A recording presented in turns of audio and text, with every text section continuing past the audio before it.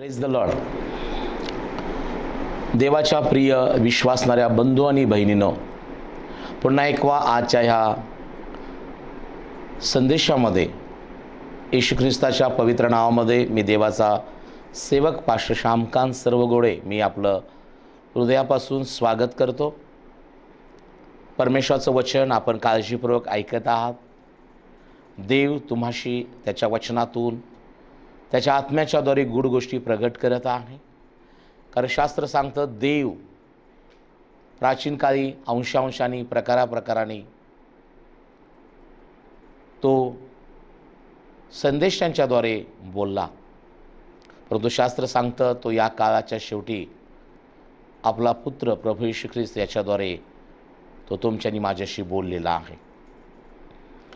प्रियानो, जेव्हा देवाचं वचन पवित्र शास्त्रातून आम्ही ऐकतो, वाचतो, तेव्हा देव त्याच्या वचनानं त्याच्या रहस्यमय गोष्टी आम्हाला प्रगट करतं. आणि ते वचन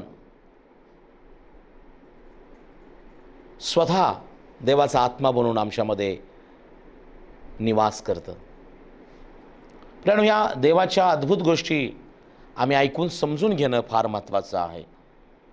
कारण हे देवाचं शास्त्र हे ईश्वर प्रेरित शास्त्र आहे. शास्त्रामध्ये लिहिलेलं आहे, प्रत्येक ईश्वर प्रेरित शास्त्रलेख सद्बोध, दोष दाखवणं, सुधारणूक आणि नीतिशिक्षण याकरता उपयोगी आहे. आणि याच्यापासून देवभक्त तयार होऊन चांगल्या कामासाठी सज्ज होतो. प्रियानो, परमेश्वराचं हे शास्त्र हे आम्हाला सद्बोध करतं, आम्हाला कधीकधी आमच्यातले दोष दाखवतं, यासाठी की आमच्या सुधारणूक व्हावी, आम्हाला नीतीचं शिक्षण प्राप्त व्हावं. आम्ही या सगळ्या गोष्टीच्याद्वारे आम्ही देवाचे सेवक बनून, देवाचे विश्वासणारे बनून आम्ही चांगल्या कामासाठी सिद्ध असावं, यासाठीच परमेश्वर आपलं वचन पाठवून आम्हाशी बोलतो आणि आमच्यामध्ये देवाचा आत्मा कार्य करतो. म्हणून देवाचा संदेश जेव्हा येतो तेव्हा तो संदेश आम्हासाठी देवाचा बोध असतो. शास्त्र सांगतं देवाच्या वचनाच्या उलगड्यानं प्रकाश प्राप्त होतो, भोळ्यास ज्ञान मिळतं. आज जगामध्ये काय परिस्थिती आहे प्रियानो, जसं होशे 4:6 मध्ये लिहिलेलं आहे, ज्ञानाच्या अभावी परमेश्वर म्हणतो माझ्या लोकांचा नाश होत आहे.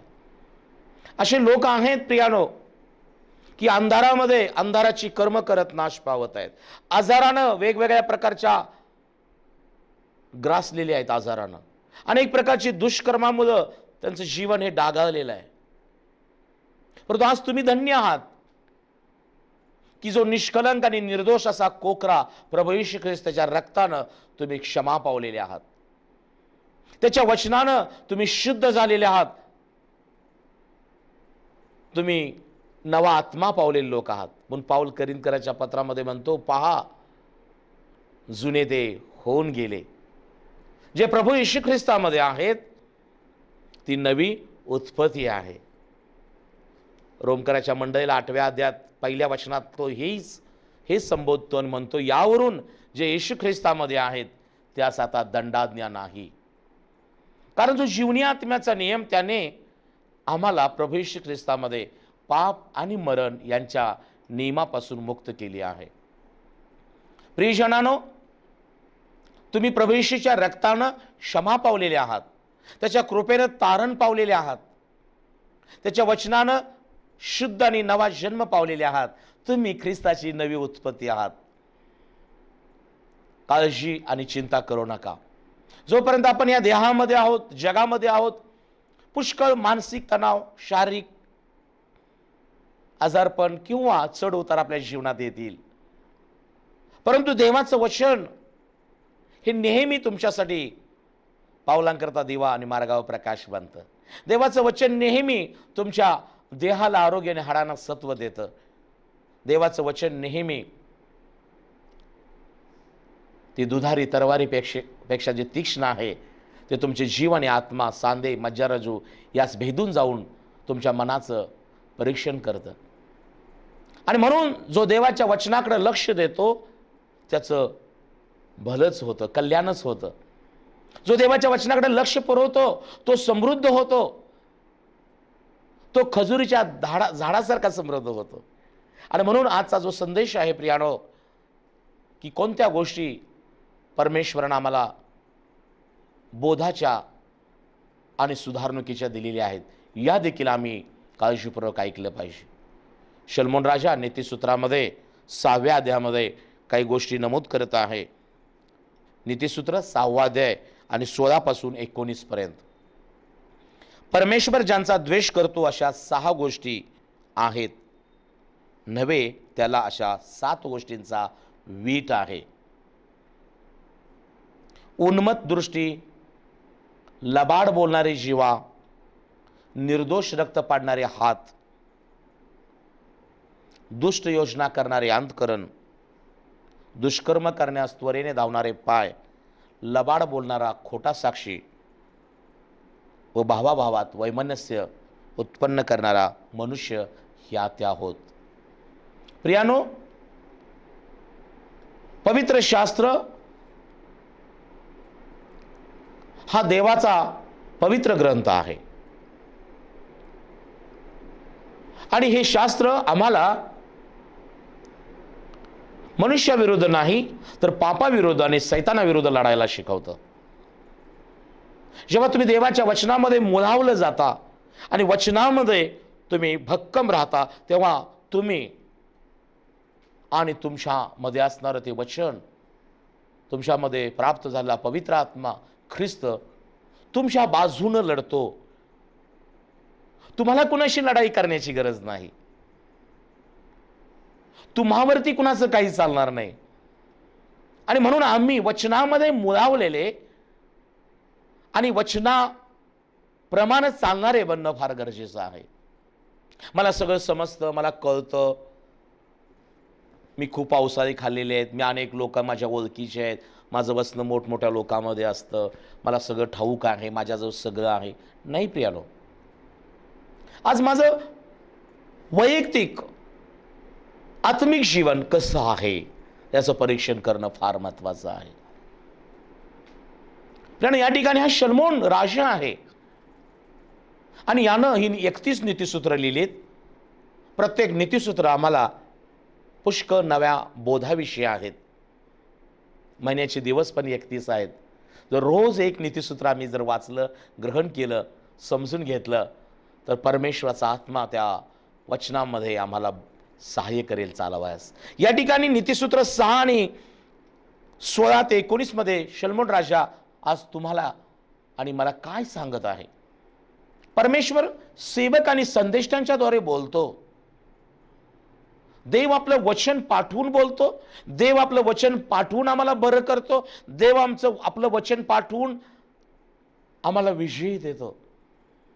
या ठिकाणी शास्त्र सांगतं की परमेश्वर ज्यांचा द्वेष करतो अशा 6 गोष्टी आहेत. परंतु पुढे म्हटलेलं आहे, नव्हे तर त्याला 7 गोष्टींचा वीट आहे. आम्ही हे पहिल्यांदा पाहिलं पाहिजे कोणती गोष्ट करताना, की जी मी गोष्ट करतोय, जी गोष्ट मी त्या गोष्टीमध्ये मी आहे, ती गोष्ट देवाला आवडत आहे काय. प्रियजनांनो, कोणती गोष्ट पाहताना, कोणती गोष्ट बोलताना, कोणती गोष्ट करताना ती देवाला आवडते का, याचं परीक्षण करणं ही प्रत्येक व्यक्तीची गरज आहे.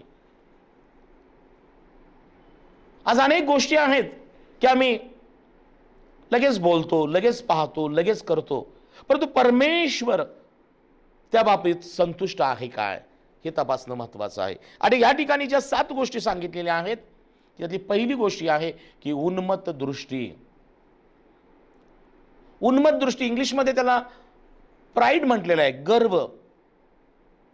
प्रियजनांनो, परमेश्वरला उन्मत्त दृष्टीचा वीट आहे असं शास्त्र सांगतं. आम्हाला मराठीत म्हण माहित आहे, गर्वाचं घर खाली. उन्मत्त दृष्टी हा जुना शब्द आहे, परंतु त्याला गर्व म्हटलेला आहे. उन्मत्तपणा म्हणजे एखाद्या गोष्टीबद्दल गर्व वाटणं, आणि हे देवाला आवडत नाही. आम्हाला यशियाच्या पुस्तकामध्ये पाहायला मिळतं, 14व्या अध्यायामध्ये, यशिया 14 मध्ये आम्हाला पाहायला मिळतं की काय घडलं. यशिया 14 आणि 11 ते 16 पर्यंत आम्हाला काही वचनं पाहायला मिळतात. तुझा डामडोल, तुझ्या सारंग्याचा नाद अधोलोकात उतरत आहे. तुझ्या खाली कृमीचे अंथरूण झाले आहे आणि वरून तुला कीटकांचे पांघरून झाले आहे. हे देदीप्यमान ताऱ्या, प्रभापत पुत्रा, तू आकाशातून कसा पडलास? राष्ट्रास लोळवणाऱ्या तुला धुळीत कसे टाकिले? जो तो आपल्या मनात म्हणालास, मी आकाशात चढेन, देवाच्या तारागणाहून माझे सिंहासन उच्च करीन, उत्तर भागातील देवसभेच्या पर्वतावर मी विराजमान होईल, मी मेघावर आरोहण करीन, मी परात्परात समान होईन. त्या तुला अधोलोकात, गर्तेच्या अधोभागात टाकिले आहे. जे तुला पाहतील ते तुला निरखून मनात म्हणतील की ज्याने पृथ्वी थरथर कापवली व राज्य डळमवली, तो हाच का पुरुष? ज्याने जगाचे रान केले, त्यातील नगराचा विध्वंस केला, आपल्या बंदीवानास मुक्त करून घरी जाऊ दिली नाही, तो हाच का पुरुष? प्रियानो, आम्हाला पाहायला मिळतं की परमेश्वरानं ही सृष्टी निर्माण करण्या अगोदर आकाशामध्ये मिखायल, गॅब्रियल आणि लुसिफर हे त्याचे 3 देवदूत होते. मिखायल देवाचा योद्धा होता, लुसिफर देवाचा संदेशवाहक होता, गॅब्रियल संदेशवाहक होता आणि लुसिफर त्याची आराधक होता. मिखायल योद्धा होता, गॅब्रियल संदेशवाहक होता आणि लुसिफर उपासक आराधक होता. माझ्या प्रियानो, ज्या वेळेला हा उपासक आराधक शास्त्रामध्ये लिहिलेला आहे, तो रत्नानं भरलेला होता, तेजस्वी होता, देवाचं दर्शन त्याला रोज पाहायला मिळत होतं, देवाच्या समोर असे. परंतु ह्या देवदूताला एकच काम होतं की देवाची आराधना करणं, देवाची उपासना करणं, देवाला उंच करणं. परंतु आम्हाला पाहायला मिळतं की तो आपल्या मनात म्हणाला, शास्त्र सांगतं की माझं सिंहासन देवाच्या सिंहासनावर मी उंच करेन. माझ्या प्रियानो, त्याच्या मुखातले हे शब्द काय केलेलं, त्या शब्दांनी त्याला प्रियानो देवाला दुःख झालेलं आहे. बायबल सांगतं देवाला वीट आलेले त्याच्या शब्दाचा. आज देवासेवक मी सांगत आहे, जेव्हा मला गर्व होतो सौंदर्याचा, पैशाचा, पदाचा, प्राप्त झालेल्या वस्तूंचा, देवाला दुःख होतं. प्रियानो, गर्व माणसाचं पतन करतो, गर्व माणसाला खाली पाडतो. आणि म्हणून आज तुम्हाजवळ चांगलं सौंदर्य असेल, देवाला धन्यवाद द्या. चांगलं पद असेल, देवाचा आभार माना. चांगलं घर असेल, गाडी असेल, जे काही तुम्हाला परमेश्वरापासून प्राप्त झालेले आहे, तुम्ही परमेश्वरालाच म्हणा, हे परमेश्वरा, हे तुझ्यापासून आहे, मी तुला धन्यवाद देतो. परमेश्वर अजून तुमचं सौंदर्य वाढवेल, आयुष्य वाढवेल, तुमचं पद वाढवेल. परमेश्वर तुमची प्रगती करेल, अधोगती नाही. परमेश्वर तुमचं प्रमोशन करेल, तुमचा पगार वाढेल. तुम्ही ज्या ठिकाणी आहात, परमेश्वराला त्या प्रत्येक प्राप्त गोष्टीबद्दल धन्यवाद द्यायला शिका. परंतु जर तुम्हाला गर्व झाला, अनेकांना गर्व होतो पदाचा, ते लोकांना विसरतात. माझ्या प्रियानो, आज देवाचा सेवक तुम्हाला मी सांगू इच्छितो, गर्वाचं घर खाली, शुद्ध मराठीत म्हण आहे. आणि देवालाही गर्व आवडत नाही. या ठिकाणी हा देवदूताला गर्व झालेला आहे. आणि बायबल सांगतं, जो तो आपल्या मनात म्हणालास, मी आकाशात चढेन, देवाच्या तारा गाणून माझे सिंहासन उच्च करीन, उत्तर भागातील देवसभेच्या पर्वतावर मी विराजमान होईन, मी मेघावर आरोहण करीन, मी परात्परासमान होईन, त्या तुला अधोलोकात, गर्तेच्या अधोभागात टाकिले आहे. Praise the Lord. आज देवाचा सेवक मी काय सांगत आहे की परमेश्वराला 7 गोष्टींचा वीट आहे. त्यापैकी पहिली महत्वाची गोष्ट गर्व, उन्मत्त दृष्टी, pride. Pride brings man down. गर्व माणसाला खाली पाडतो. आणि हा देवदूत जो परमेश्वराचं स्वरूप पाहणारा, परमेश्वराचं दर्शन घेणारा, भक्ती करणारा, परमेश्वरानं त्याला रत्नानं भरलेलं होतं, परंतु त्याच्या मुखातील शब्द की मी देवात समान होईन, मी परात्परा समान होईन. माझ्या प्रियानो, यामुळे त्याला अधोलोकात टाकलेलं आहे. आम्हाला पाहायला मिळतं जेव्हा परमेश्वरानं त्याच्या जागी उपासक, आराधक निर्माण करण्यासाठी तुम्हाला आणि मला बनवलेला आहे. Praise the Lord.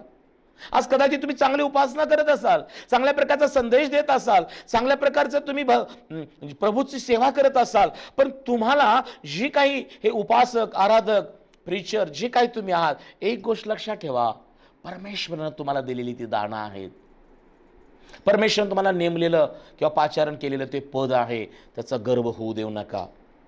मी असो की तुम्ही असा, आम्ही हे नम्रपणे कबूल करायला पाहिजे की प्रभू, मी जो काय आहे तो तुझ्यामुळे आहे. मी देवाचा सेवक, मी उपासक, मी गिटार चांगलं वाजवतो, मी तबला चांगलं वाजवतो, मी ड्रम चांगला हे परमेश्वर आहे, तुझ्यापासून आहे, हे तुझ्या गौरवासाठी आहे. Praise the Lord. अनेक लोकांना त्यांच्या कला कौशल्याबद्दल, अनेक लोकांना त्यांच्या दानांबद्दल कधी कधी तरी गर्व होतो, आणि मग सैतान त्यांना प्रियानो देवाविरुद्ध बोलायला, सेवकांविरुद्ध, मंडळीविरुद्ध, विश्वासणाऱ्याविरुद्ध, माझ्यासारखं कोण ड्रम वाजवतच नाही, माझ्यासारखं कोणी कीबोर्ड वाजवत नाही, माझ्यासारखं कोणी संदेश देत नाही, माझ्यासारखं कोणी प्रार्थना करत नाही, हे शब्द माझ्या प्रियानो देवाला वीट आणणारे आहेत.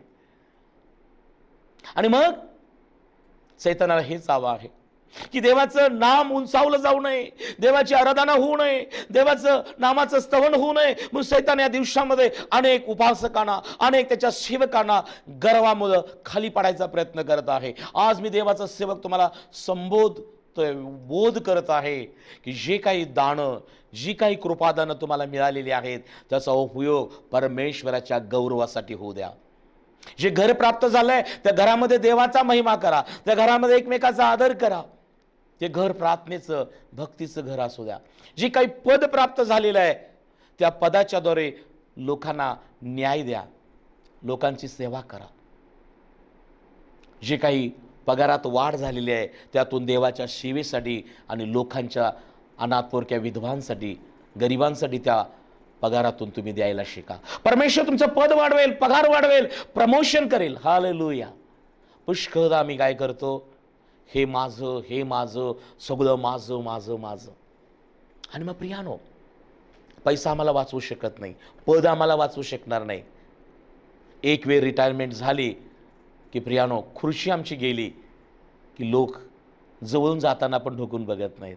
आज ज्या खुर्चीवर आहात ती खुर्ची परमेश्वराने तुम्हाला दिलेली आहे, यासाठी की जे तुम्हाकडे येतात त्यांना तुम्ही न्याय द्यावा, त्यांना तुम्ही सहकार्य करावं. तुम्ही कोणत्या पदावर आहात, डॉक्टर म्हणून, नर्स म्हणून, सेवक म्हणून, एक सरकारी अधिकारी म्हणून, वेगवेगळ्या प्रकारे सामाजिक कामामध्ये आहात, कोणही असाल, मी देवाचा नम्र सेवक, नम्रपणे मी तुम्हाला विनंती करतो, परमेश्वरानं ज्या खुर्चीवर, ज्या अधिकावर तुम्हाला नेमलेलं आहे, देवाला धन्यवाद द्या. नम्रपणे गरिबांची, अनाथांची सेवा करा. तुम्हाकडे येणाऱ्या लोकांना त्यांच्या कामकाजामध्ये सहाय्य करा. परमेश्वर तुम्हाला आशीर्वाद दिल्याशिवाय राहणार नाही. परंतु या देवदूतानं त्याची सेवा विसरून गेला आणि तो पडलेला आहे. माझ्या प्रियानो, जेव्हा परमेश्वरानं निर्माण केलेले त्याचे लोक ते म्हणालेत, चला आपण परमेश्वराच्या पेक्षाही उंच काय करू, बुरुज बांधू. दगडाऐवजी विटा आणि त्या चुन्याऐवजी त्यांनी डांबर वापरलेला आहे. परमेश्वरला त्या ठिकाणी देखील या लोकांबद्दल वीट आलेला आहे, वाईट वाटलेलं आहे. आणि परमेश्वराने त्या ठिकाणी आम्हाला पाहायला मिळतं की त्या ठिकाणी त्यांच्या भाषेचा घोळ केलेला आहे. का तर त्यांच्याशी शब्द होते की आम्ही परमेश्वरापेक्षा उंच असा तो बुरुज बांधू, आणि त्यांना पृथ्वीच्या सगळ्या ठिकाणी पांगवलेलं आहे परमेश्वरानं. आज परमेश्वराची इच्छा नाही की आम्ही पांगावं. परमेश्वर आम्हाला एकत्र करणारा देव आहे.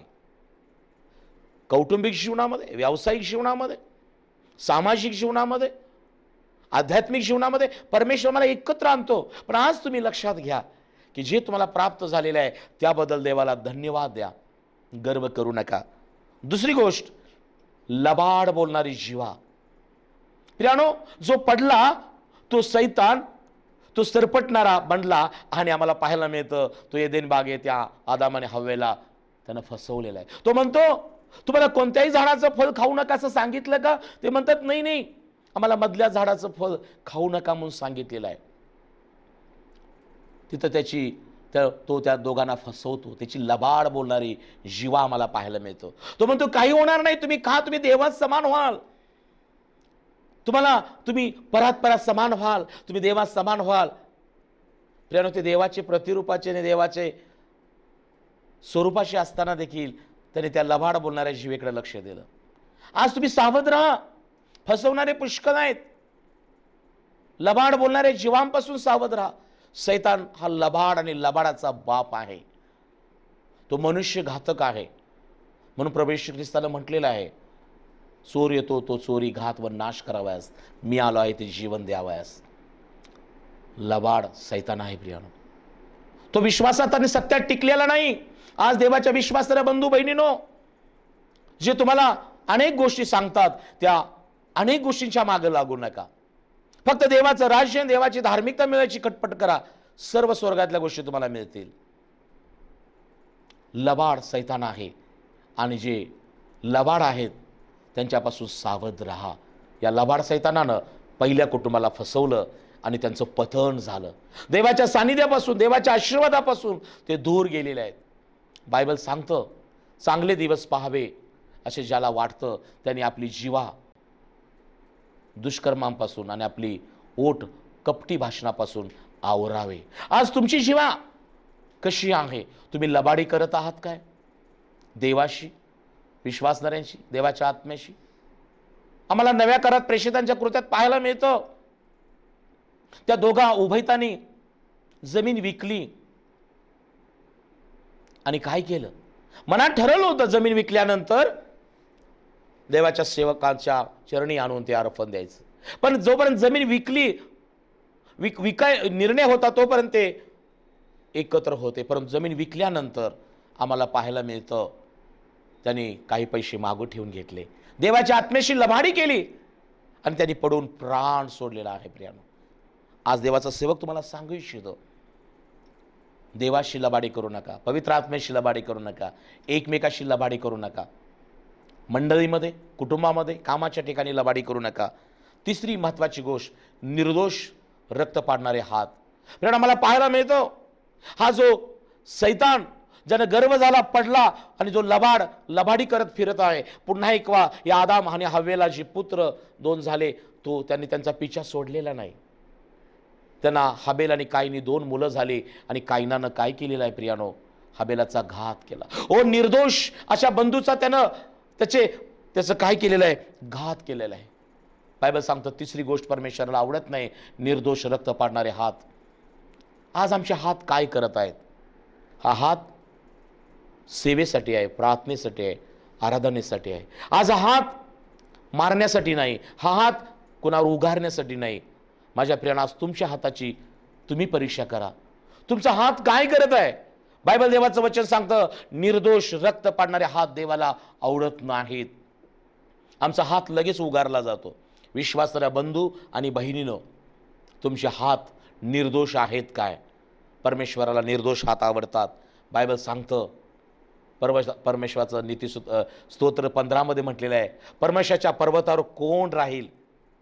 ज्याचं मन शुद्ध आहे आणि हात निर्दोष आहेत तोच. चौथी गोष्ट, दुष्ट योजना करणारे अंतकरण. शलोमोन राजानं नीतिसूत्र 4:23 मध्ये म्हटलेलं आहे, सर्व रक्षणीय वस्तूपेक्षा आपल्या अंतकरणाचं विशेष रक्षण कर, कारण त्या जीवनाचा उगम आहे. आपल्या अंतकरणामध्ये जीवनाचा उगम होतो. बायबलमध्ये लिहिलेलं आहे, हृदय, एशिया म्हणतो हृदय हे सर्वात कपटी आहे आणि असाध्य रोगानं ग्रासलेलं आहे. आज हृदयामध्येच कपट आणि हृदयामध्ये जीवन आहे. आज तुमच्यावर अवलंबून आहे की हृदयामध्ये आम्ही कपट ठेवायचं, क्षमा न करणं, जड होणं, सारखं एखाद्याविषयी बोलणं. माझ्या प्रियानं, बस झालं. हृदय कपटी ठेवू नका, हृदयामध्ये जीवन सुरू होऊ द्या. म्हणून एशकेल 36:26 मध्ये परमेश्वर म्हणतो, पहा मी तुला नवं हृदय देतो, तुझं कठीण आणि पाषाणमय हृदय काढून टाकतो, माझं रक्तमय मांसमय हृदय तुला देतो. तुझ्या देहातला आत्मा काढून माझा आत्मा घालतो.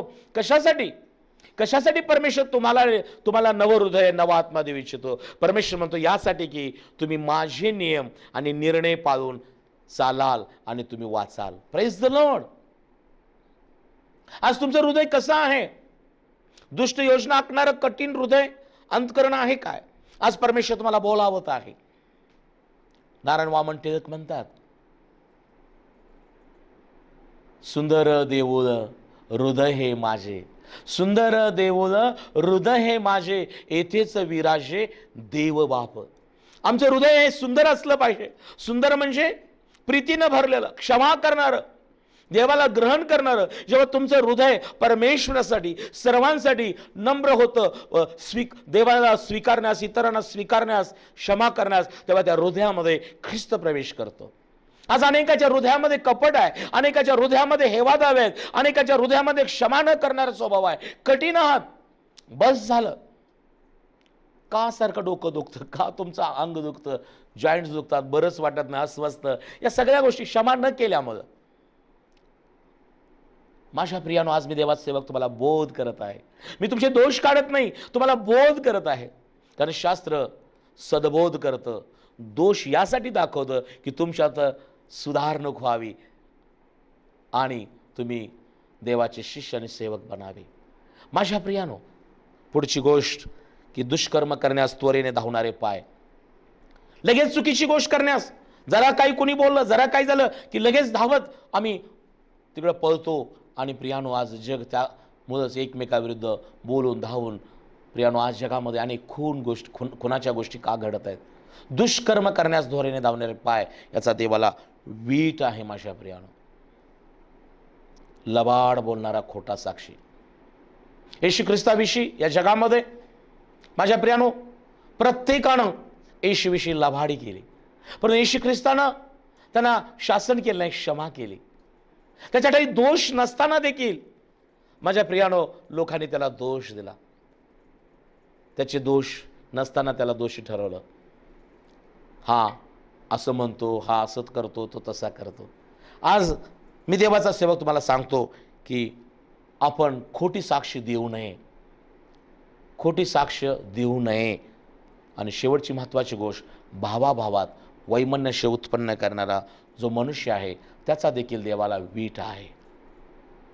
बायबल सांगतं, बंधुप्रीती सदा राहो, बंधुप्रीती सदा राहो. बंधुप्रेमाचा विसर पडू देऊ नका. बंधू म्हणजे फक्त घरातले बंधू नाही, मंडळीमधील बंधू, कामाच्या ठिकाणी असणारे एकमेक बंधू, आणि मग आपण नात्यानं बंधू. माझ्या प्रियानो, बंधूमध्ये आम्ही वैमनस्य उत्पन्न नाही केलं पाहिजे. जेव्हा आम्ही बंधूमध्ये प्रीती असते तेव्हा बायबल सांगतं देवाला ते आवडते. म्हणून शास्त्र सांगतं, बंधुप्रेम सदा राहो.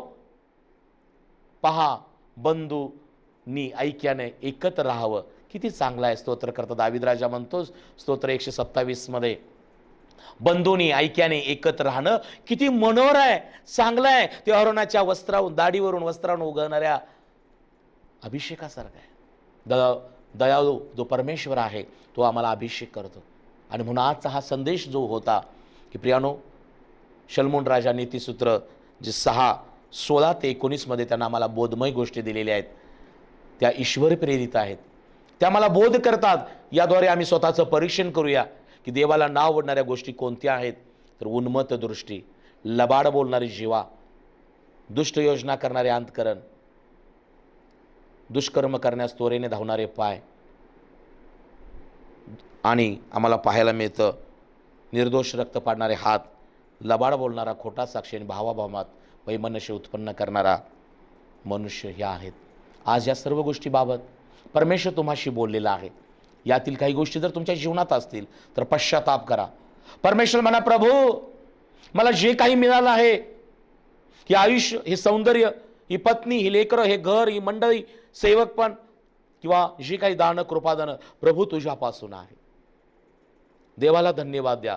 परंतु मिळालेल्या आशीर्वादाबद्दल, अभिषेकाबद्दल, दानांबद्दल, सेवा कार्याबद्दल गर्व बाळगू नका. त्या देवदूताला गर्व झाला आणि गर्वाचं घर खाली त्याला अधोलोकात टाकलेलं आहे. गर्व माणसाला चिंध्याने नेसवतो, गर्व माणसाचं पतन करतो, गर्व माणसाला खाली पाडतो.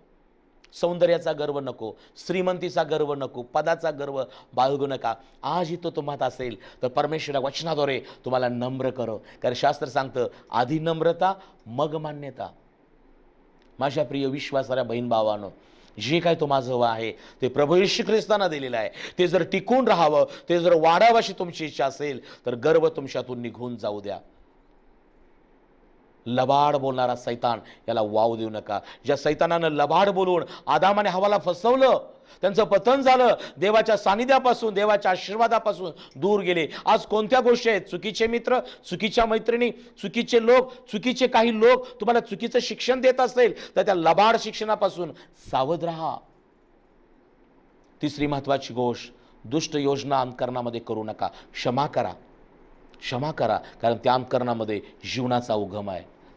हे हात दुष्कर्म करण्यामध्ये तुमचे हात गुंता कामा नये. हे पाय त्वरेने दुष्कर्म करण्यास धावू नयेत. खोटी साक्ष कोणाविरुद्ध देऊ नका आणि भावाभावात वैमनस्य पैदा होणार नाही याची काळजी घ्या. देवबाप करो या सर्व गोष्टी बाबत परमेश्वर तुम्हाला जागृत करो आणि ह्या ज्या गोष्टी परमेश्वरला वीट आणणारे आहेत हे परमेश्वर येशू ख्रिस्ताच्या नामामध्ये तुमच्या प्रत्येकाच्या जीवनातून काढून टाको आणि परमेश्वर याबाबत तुम्हाला दक्ष करो. प्रभू तुम्हाला सहाय्य करो. आपण या प्रार्थना करूया. पवित्र पवित्र पवित्र अत्यंत पवित्र परमेश्वरा, स्वर्गीय पित्या, प्रभू येशूच्या प्रिय नामात मी तुझा आभार मानितो. या मोलाचा महत्त्वाचा संदेश आज येशू तुझ्या कृपेनं आम्हाला प्राप्त झाला. या प्रियजनांनी ही वचनं आज ऐकली आहेत, ग्रहण केली आहेत. मी विनंती आणि मध्यस्थी करतो बाप्पा, येशू तुझ्या कृपेनं या सर्व गोष्टीवर विजय मिळवण्यास या प्रियजनांचं सहाय्य कर. आज ऐकणाऱ्या कोणामध्ये देखील परमेश्वर या 7 गोष्टी जर चुकून असतील तर येशूच्या नावामध्ये त्या गोष्टी निघून जाऊ देत. सर्व प्रकारचं दुष्ट अंतकरण असेल, उन्मत्त दृष्टी, लबाड बोलणारी जीवा असेल, दुष्कर्म करण्यास त्वरेने धावणारे पाय असतील, खोटी साक्ष, वैर, कलह, कपट येशूच्या नावात निघून जाऊ दे. आणि राजा येशू प्रत्येकाला या 7 गोष्टीबाबत जागृत कर देवा. यासाठी की परमेश्वर आम्ही गर्व न करता आम्ही आभार मानावं. आम्ही हातानं दुष्कर्म न करता प्रार्थना आणि भक्ती सेवा करावी. आमच्या अंतकरण परमेश्वर दुष्ट योजना न करता आम्ही अंतकरणामध्ये तुला घ्यावं.